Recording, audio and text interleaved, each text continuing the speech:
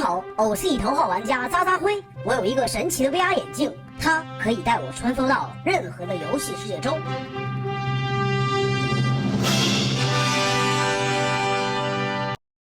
我是头号玩家渣渣辉，我穿越到了森林的游戏世界。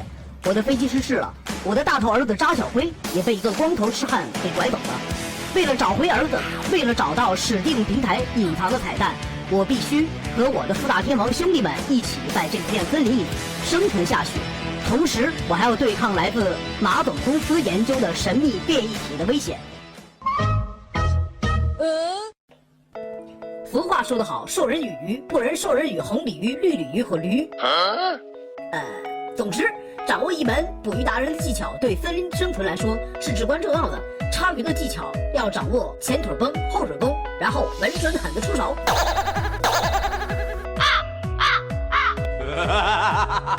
哎妈呀，你咋这么牛？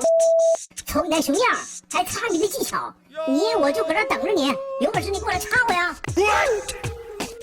我的天哪，现在鱼都这么嚣张了吗？哎，你骂谁呢？信不信我抽你？来啊，有事你来抽啊！来啊，看你熊样！来啊！哎我去，我这暴脾气，有本事你过来！瞅你小屁崽子个熊样，有本事你过来啊！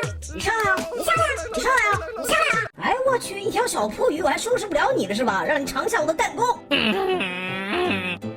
走你！怎么样？还嚣不嚣张？哎妈呀，不好啦，鲨鱼啦，快跑啊！我再让你给我嚣张，我今天还能让一条鱼把我给欺负了吗？我要做全鱼宴，我要做糖醋鱼、水煮鱼、松鼠鱼、红烧鱼、酸菜鱼、清蒸鱼、炸鱼、煮鱼、炖鱼、鱼汤，再让你给我嚣张！哎呀，快跑啊！渣渣辉会弹弓，赛过孙悟空啊！快跑啊！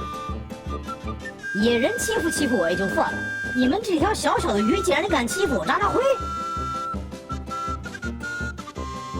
我再让你欺负我！气死我了这波小鱼！但是不得不说，这一波的丰收是让我非常满意的。我就把这些小鱼的尸体挂在这儿暴晒3天，还让你看你敢不敢欺负我了。然后我们需要在这儿建造一片农田，把我们之前收获到的新蓝莓在这儿给它种植下去。毕竟在这个丛林中，如果吃到新鲜的水果是一件非常奢侈的事情。如果这波蓝莓能顺利种成功的话，到时候我就可以用蓝莓来制作新蓝莓果酱，然后再配上我刚刚晒制的小鱼干。